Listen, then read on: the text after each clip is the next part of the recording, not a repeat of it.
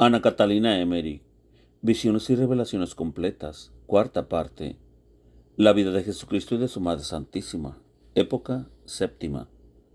Desde la segunda Pascua hasta el regreso de la isla de Chipre. 21.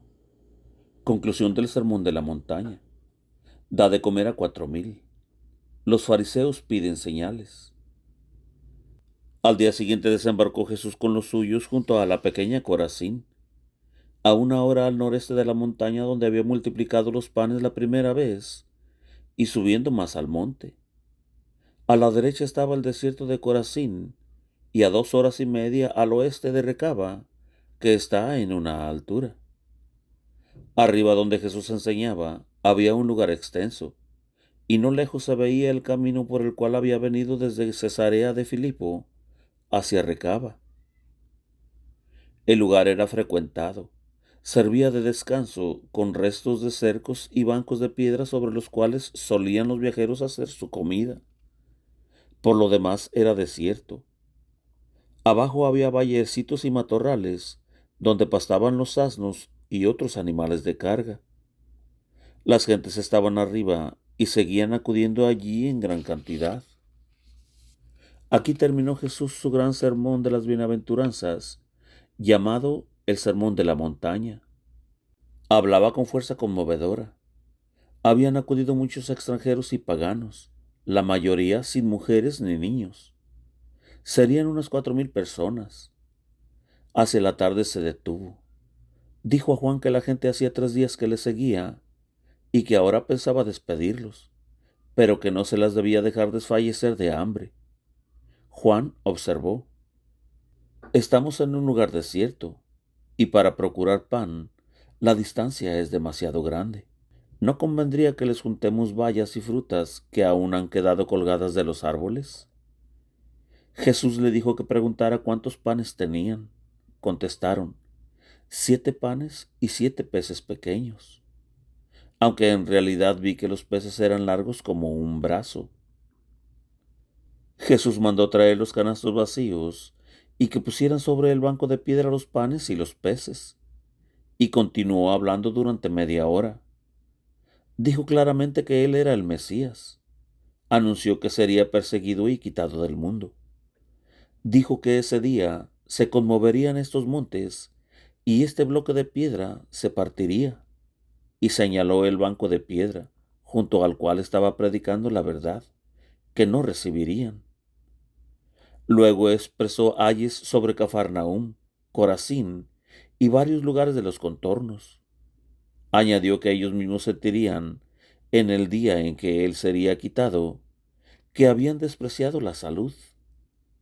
Habló de la dicha de los que ahora recibían de él el pan de la verdad y de la vida, y agregó, refiriéndose a los judíos: los extranjeros reciben la salud, y los hijos de la casa tiran el pan debajo de la mesa.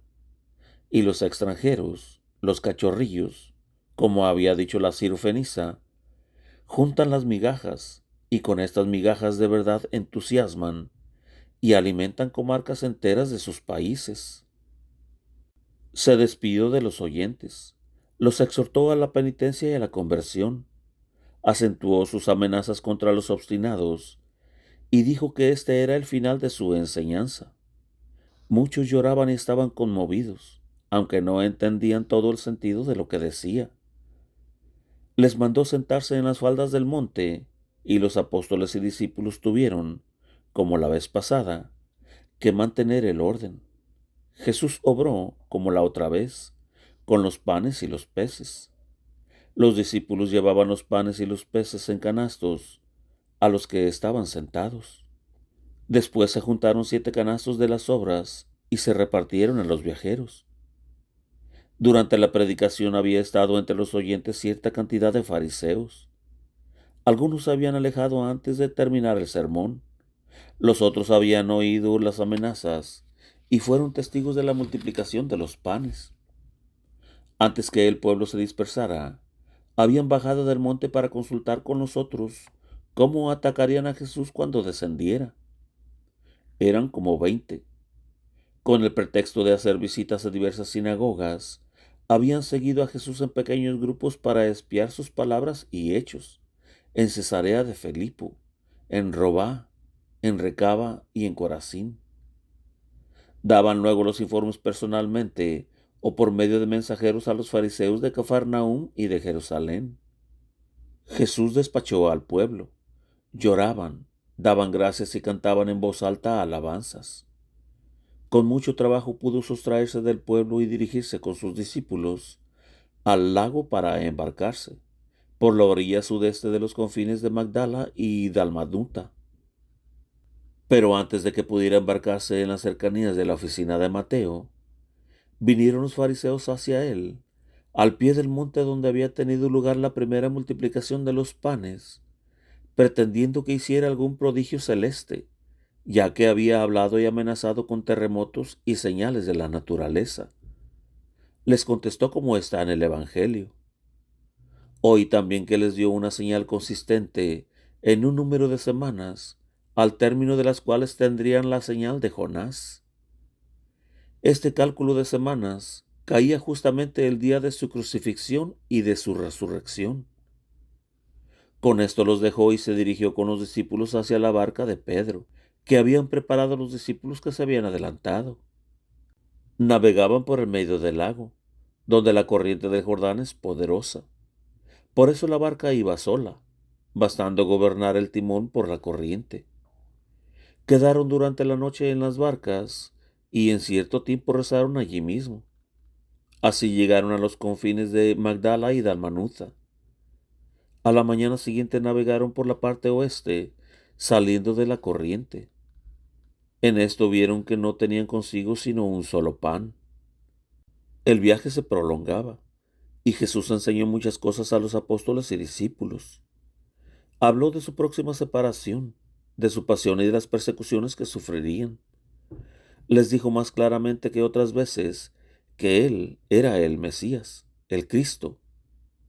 Ellos lo creían, pero como no lo podían concertar con las ideas simplistas que se habían formado y con lo que veían exteriormente, pensaron que eso era parte de su hablar profético misterioso, y así quedó sin producir fruto.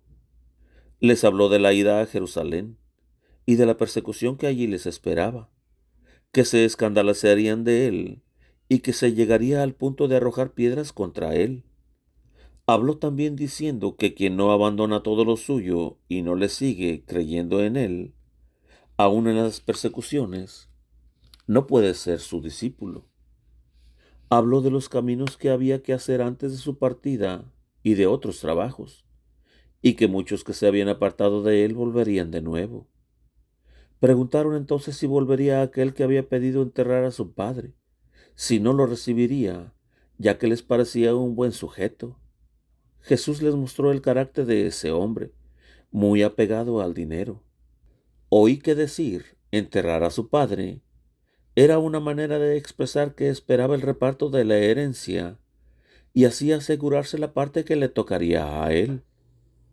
Como hablara Jesús del apego a las cosas de la tierra, Pedro expresó la idea suya, diciendo: «Gracias a Dios que no tuve estas ideas cuando me resolví a seguirte». Jesús le reprendió diciendo que mejor hubiera callado eso y esperara que él lo reconociera.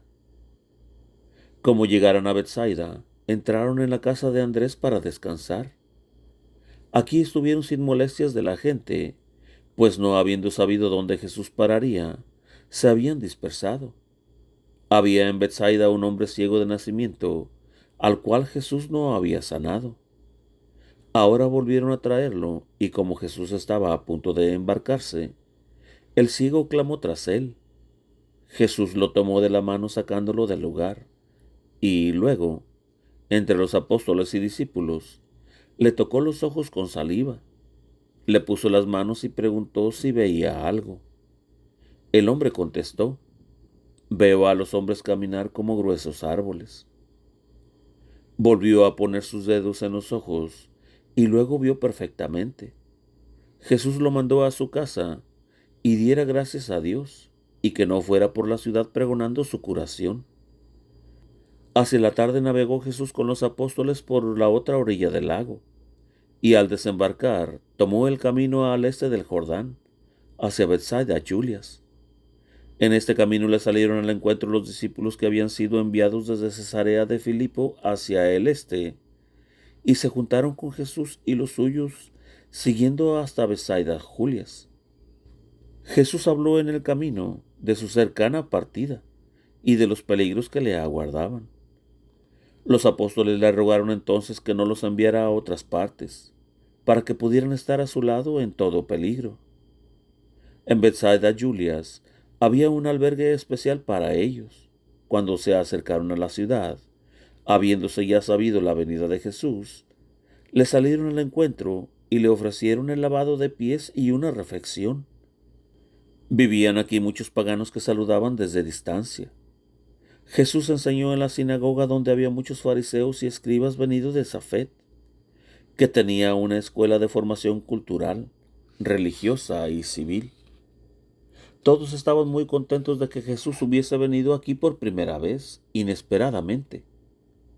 Los sencillos se alegraron de corazón, y los escribas más por vanidad, pues pensaban como sabios que eran, poder apreciar y juzgar la doctrina de aquel cuya fama corría por todas partes, en especial en Cafarnaúm.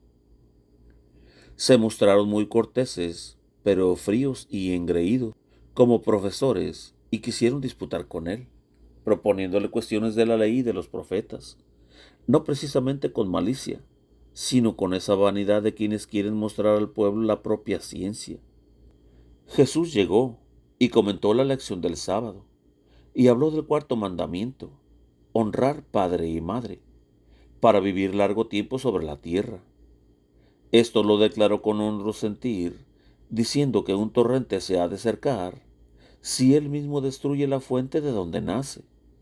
Después hubo una comida muy solemne, en la cual los niños de la escuela estaban en sus mesas. Jesús narró y comentó la parábola de los trabajadores de la viña. La ciudad de Julias es una población nueva, aún no terminada, muy hermosa, edificada al estilo de los paganos, con arcos y columnatas.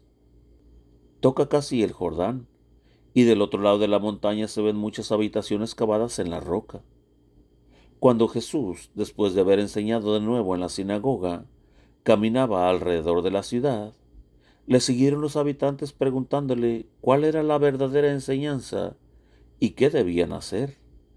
Él les dijo que no seguirían su enseñanza aun cuando la declarase, que solo preguntaban por curiosidad y que si su doctrina ya la habían oído en otros lugares donde predicaba, ¿querían acaso una nueva doctrina? Su doctrina ya la había declarado en la sinagoga.